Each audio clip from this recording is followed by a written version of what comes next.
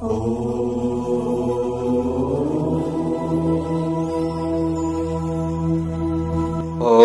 नमो भगवते वासुदेवाय। ओम श्री परमात्मने नमः। ओम श्री गणेशाय नमः। ओम श्री गुरवे नमः। जय बोलो पुत्रदा एकादशी व्रत को जय जय हो। समादरणीय वंदनीय प्यारा प्यारा भक्त सज्जन वृन्द, पौष शुक्ल पक्षमा पर्ने पुत्रदा एकादशी को पूरा व्रत कथा महात्म्य भगवान श्री कृष्णले जस्तो महाराज युधिष्ठिरजीलाई बताउनु भएको छ, जस्ताको तस्तै सोही महात्म्य लिएर म टीका पौडेल हजुर समक्ष उपस्थित भइसकेको छु। समादरणीय प्यारा भक्त सज्जन वृन्दहरू, यहाँ बताइएको छ महात्म्यमा पुत्रदा एकादशीको व्रत बस्नेले आफूले आजसम्म गरेका सम्पूर्ण पापहरू उनीहरूले नाश गर्न सक्दछन्। अनि त्यति मात्र होइन, आफ्ना सन्ततिको उन्नति प्रगतिका लागि अनि यस्तै प्रकारले जसलाई सन्तान सुख प्राप्ति भइरहेको छैन भने उनीहरूका लागि पनि, जसलाई सन्तान प्राप्ति भइरहेको छैन भने उनीहरूका लागि पनि एकदम फाइदा मिल्ने यो पुत्रदा एकादशीको व्रत रहेको छ।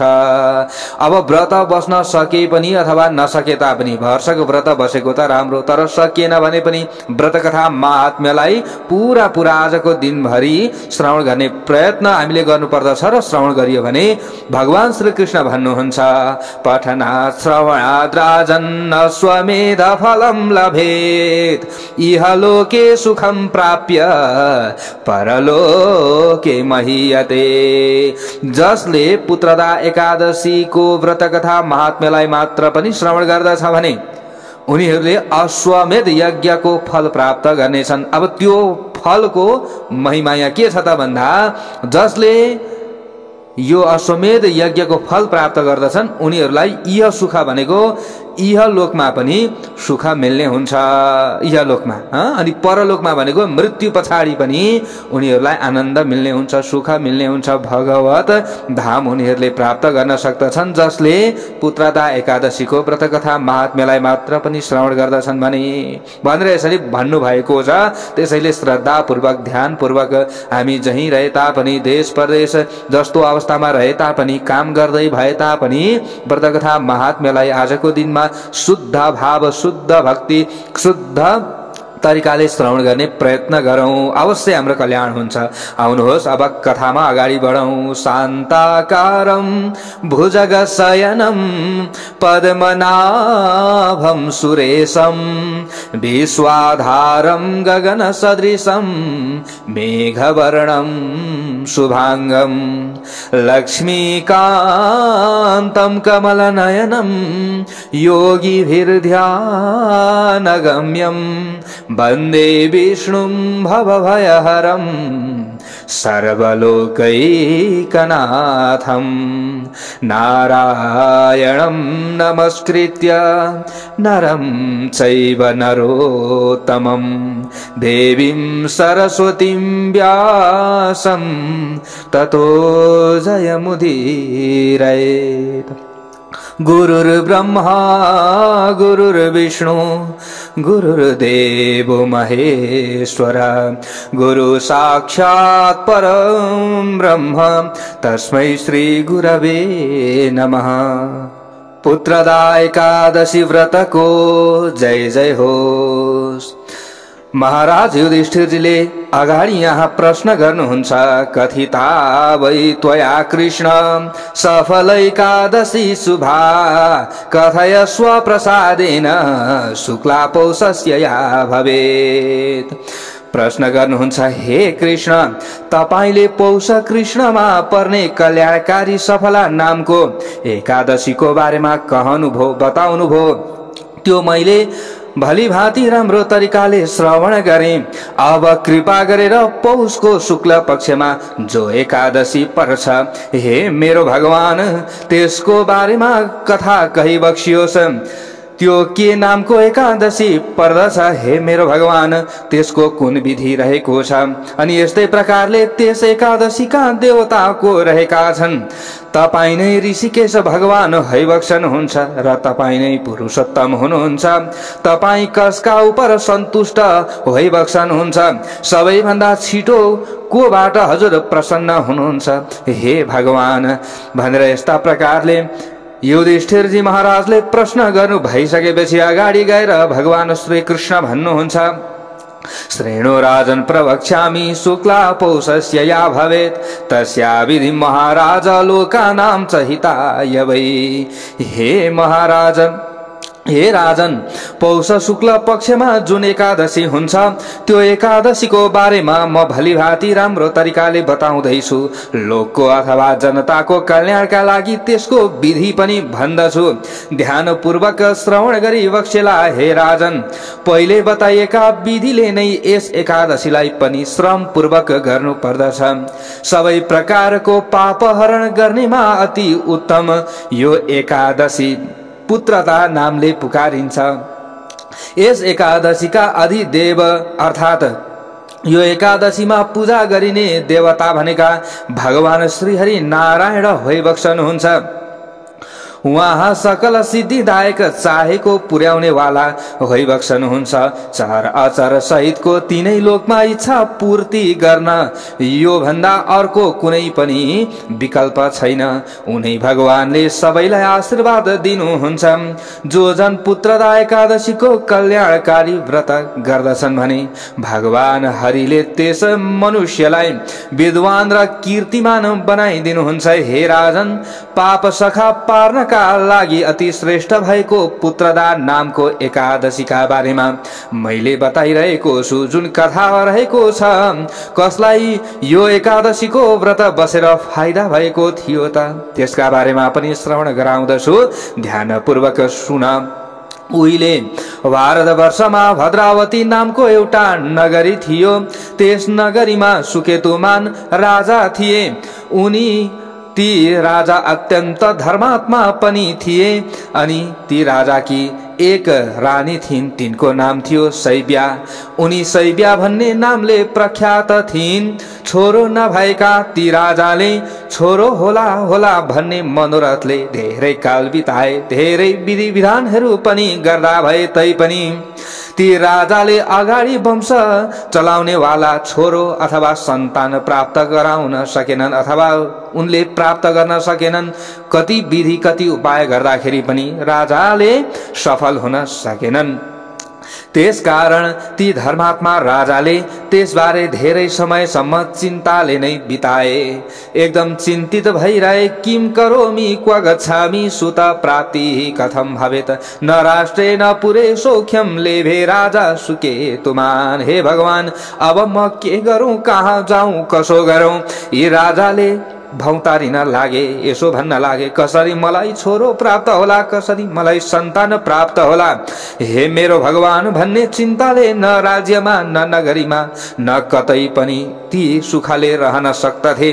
ती सुकेतुमान राजाले सुख शान्ति पाएनन्।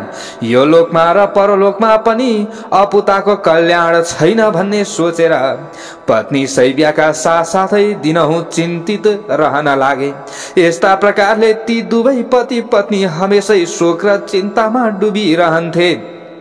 पितृहरू पनि मैले दिएको पिण्ड पानी पनि नखाएर उनीहरू रिसाउँदा होलान् अथवा पितृहरूले पनि पिण्ड पानी पनि खिन्न भएर खाँदा होलान् अथवा खाँदैनन् कि भन्ने चिन्ताले उनलाई पिरिरहन्थ्यो।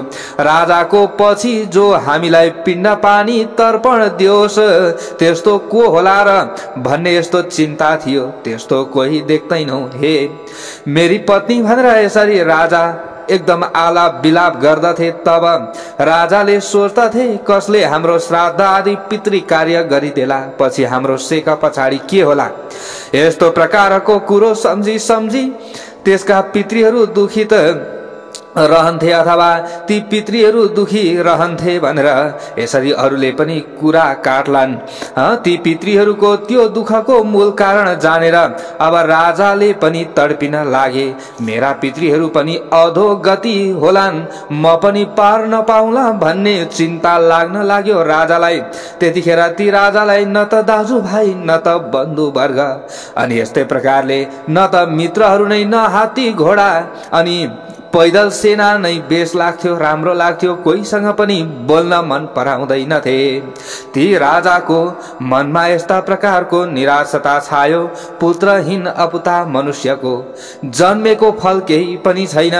अपुतो अपुत्रीको धेरै शून्य लाग्दछ भनेको उनीहरूको चाहिँ घर शून्य हुन लाग्दछ, धेरै दिल दुखी रहन्छ। अब पुत्र नभइकन पितृदेवको र पितृ मनुष्यहरूको अऋणी हुन सकिँदैन भनेको पितृ ऋण रहिरहनेछ। अब के गर्ने होला भनेर यस्ता प्रकारले राजा एकदम चिन्तित भइरहे। ल हेर्नुहोस् प्यारा भक्त भागवतहरू, त्यसकारण मनुष्यहरूले जसरी हुन्छ आफ्नो सन्तान वंश अगाडि बढाउनका लागि पुत्र उत्पन्न गर्नु पर्दछ भन्ने राजालाई यो लागिरहन्थ्यो। जसको पुत्र छ त्यसको यस लोकमा पनि कीर्ति रहन्छ र परलोकमा पनि उसको कल्याणकारी गति अथवा अवस्था रहन्छ।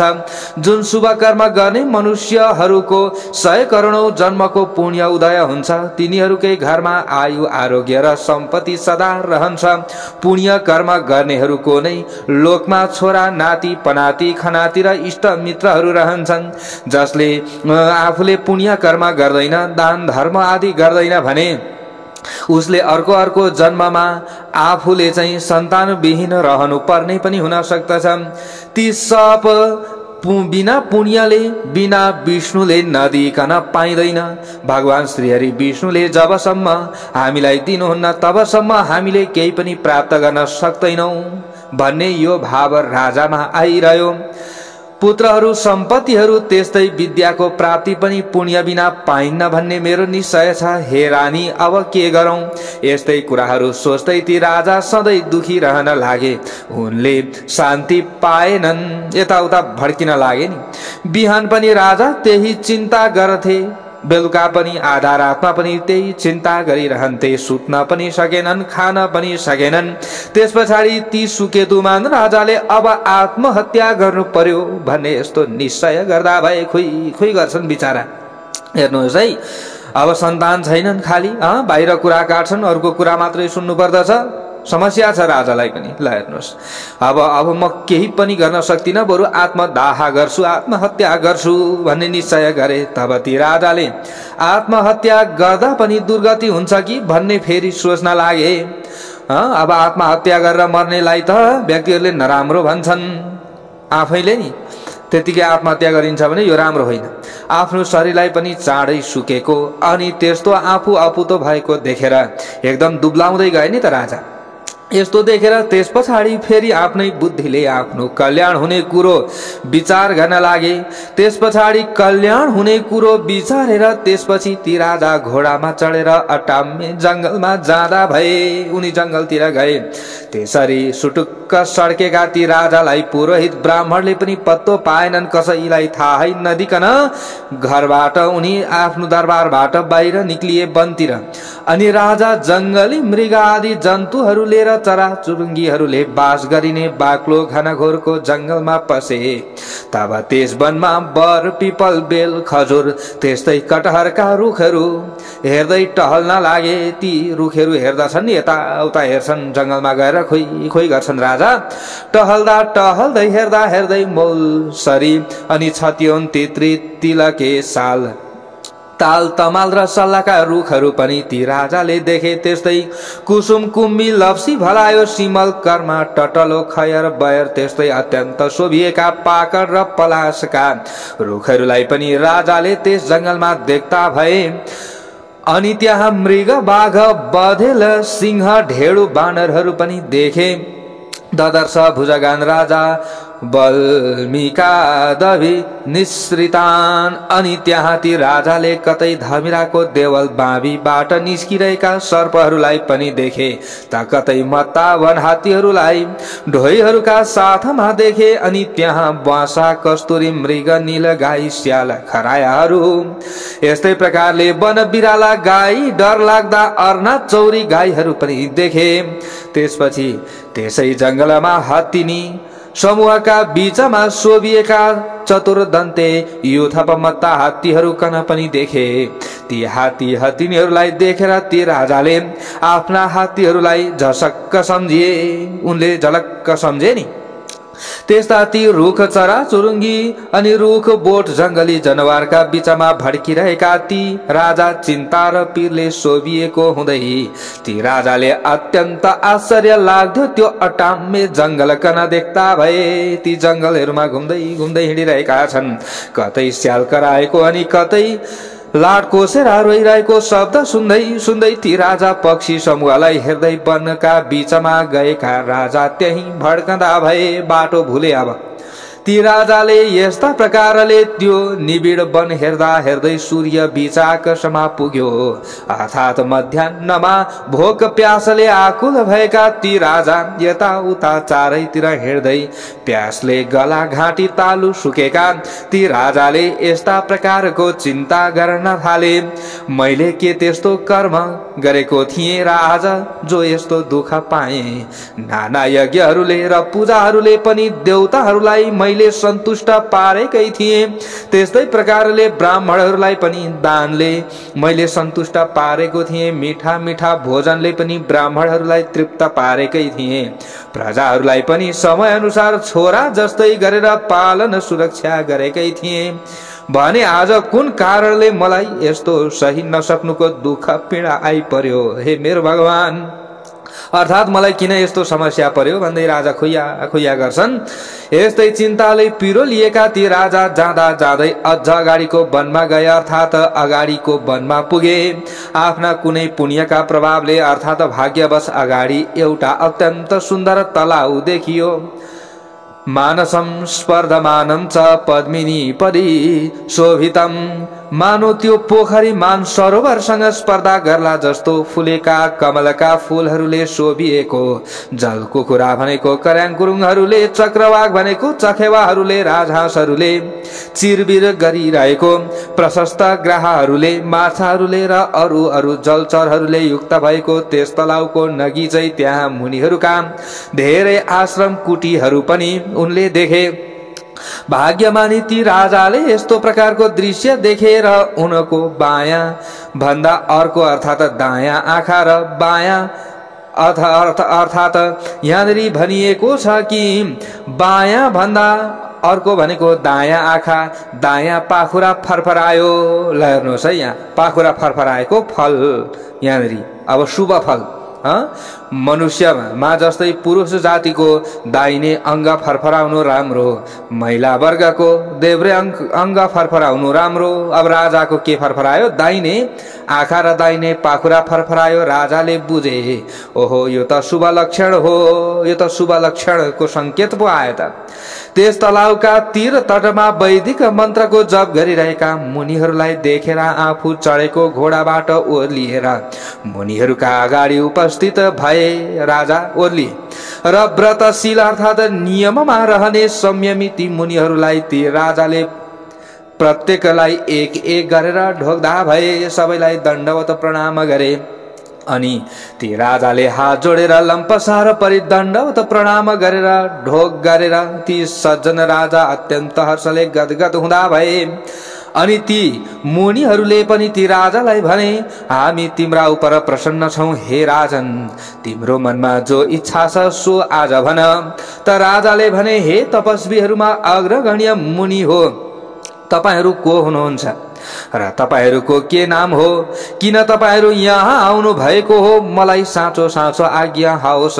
तब मुनिहरूले भने, विश्वदेवा वयम राजन स्नानार्थ मिह चागता। हे राजन, हामी विश्वदेव हौं, यस तलाउमा नुहाउनका लागि यहाँ आएका हौं। माघ महिना नगी चाहिँ आइरहेको छ। आजको 5 दिन पछिबाट माघ लाग्दछ भनेको अब जुन माघ कृष्ण पक्ष लाग्छ नि हो यहीँदेखि माघ लागेको हुन्छ। हामीले यसरी बुझ्नु पर्दछ। चान्द्र मास अनुसार माघ लाग्छ। अब स्वस्थानी पूर्णिमाको भोलिपल्टदेखि माघ लाग्यो। हामीले यसरी बुझ्नु पर्दछ। यहाँ ऋषिहरूले भने हे राजन, आज पुत्रदा नामले पुकारिने एकादशी हो। यो पौष शुक्लको पुत्रदा नामको एकादशी, पुत्र चाहनेहरूलाई पुत्र दिने एकादशी हो भनेर यसरी जब ऋषिहरूले भने, ब्राह्मणहरूले भने, तब राजाले भन्दा भए पुत्रदा एकादशीले छोरो दिन्छ भन्ने यस कुराले मलाई ठूलो संशयात्मक आश्चर्य लागेको छ। हे ब्राह्मण देवताहरू, यदि तपाईहरू मेरा उपर प्रसन्न हुनुहुन्छ भने तब मलाई छोरो दिनुहोस्। तब मुनिहरूले भने, हे राजन, आजको दिन नै पुत्रदा नामले विख्यात प्रसिद्ध एकादशी तिथि हो। यसकारण यसको उत्तम व्रत गर्नुहोस् तपाईले पनि। हामीहरूको आशीर्वाद लिएर केशव भगवानको कृपाले हे राजन निश्चय नै तपाईलाई पुत्र प्राप्ति हुनेछ। यसमा तपाईले कुनै पनि सन्देह मान्नु पर्दैन। यस्ता प्रकारको ती मुनिहरूको वचनले ती राजाले त्यस कल्याणकारी व्रत गर्दा भए द्वादशीमा पारण गरेर ती मुनिहरूलाई बारम्बार ढोक्दा भए सकेको दान दक्षिणा दिए। र त्यस पछाडि राजा आफ्नो दरबारमा फर्किएर आए त मुनिहरूको आशीर्वादले र पुत्रदा एकादशीको व्रतको प्रभावले गर्दा केही दिन पछाडि रानीले गर्भधारण गरिन्। भक्तवत्सल भगवानको जय जय होस्। ल हेर्नुहोस्, पुत्रदा एकादशीको महिमा यति ठुलो छ। मुनिनाम वचनेनैव पुत्रदाया प्रभावतः, यानी कि रानी त गर्भवती पो भइन्। अनि केही समय आएपछि भनेको केही समय बितिसकेपछि अब त्यस पछाडि तेजस्वी अनि पुण्यात्मा छोरो पनि जन्मियो। पछि गएर नि 10 महिना बितेपछि उसले बाबुलाई सन्तुष्ट पनि तुल्यायो र त्यो प्रजाको राम्रो तरहले पालन गर्ने हुँदो भयो। भगवान श्री कृष्णले भन्नुहुन्छ, हे राजन युधिष्ठिर, यसै कारणले पुत्रदा एकादशीको व्रत गर्नु पर्दछ। लोक भनेको जनहरूको कल्याण होस् भन्नका लागि मैले तिम्रा सामु यो कथा भनेको हुँ। जो जनहरू पुत्रदा नामले पुकारिने यो व्रत गर्दछन् ती मोक्षका भागी हुन्छन्, धर्मात्माहरू हुन्छन् र ती धर्मात्माहरूलाई अवश्य पनि पुत्र प्राप्ति हुन्छ। उनीहरूको शरीर व्रत बस्दा सन्तान उत्पन्न गर्नका लागि योग्य हुन्छ। अथवा धेरै वर्ष यसरी पुत्रदा एकादशीको व्रत बसिएको छ। आफूले भने अर्को जन्ममा पनि कहिले पनि पुत्र विहीन सन्तान विहीन आफू हुनु पर्दैन। यो के होला र यस्तो पनि हुन्छ र भनेर हामीले हेलचेक नै गरियो भने फेरि पछुताउनु पर्ने हुन्छ। यो पुत्रदाको कथा मात्र पढ्नाले अथवा यो एकादशीको व्रत कथा मात्र सुन्नाले पनि हे राजन भन्नुहुन्छ भगवान श्रीकृष्ण, ती पढ्ने र सुन्नेलाई अश्वमेध यज्ञको फल मिल्दछ र यस लोकमा पनि सुख शान्तिले आफ्नो घरबार चलाउन सक्दछन्, आफूले सुख शान्ति भएर रहन सक्दछन् र मृत्यु पछाडि पनि उनीहरूलाई आनन्द प्राप्त हुन्छ भनेसम्मका भगवान श्री कृष्णले महाराज युधिष्ठिरजीलाई बताउनु भएको पुत्रदा एकादशीको व्रत कथा महात्म्य यथामति यथाभक्ति हजुर समक्षमा विस्तार पूर्वक राखियो। हजुरहरूलाई पनि सबैलाई राम्रो होस्, कथाको पुण्य मिलोस् भन्दै बारम्बार कथालाई श्रवण गर्नुहोला भन्दै म टिका पौडेललाई बिदा दिनुहोस्। पुत्रदा एकादशीको जय जय हो।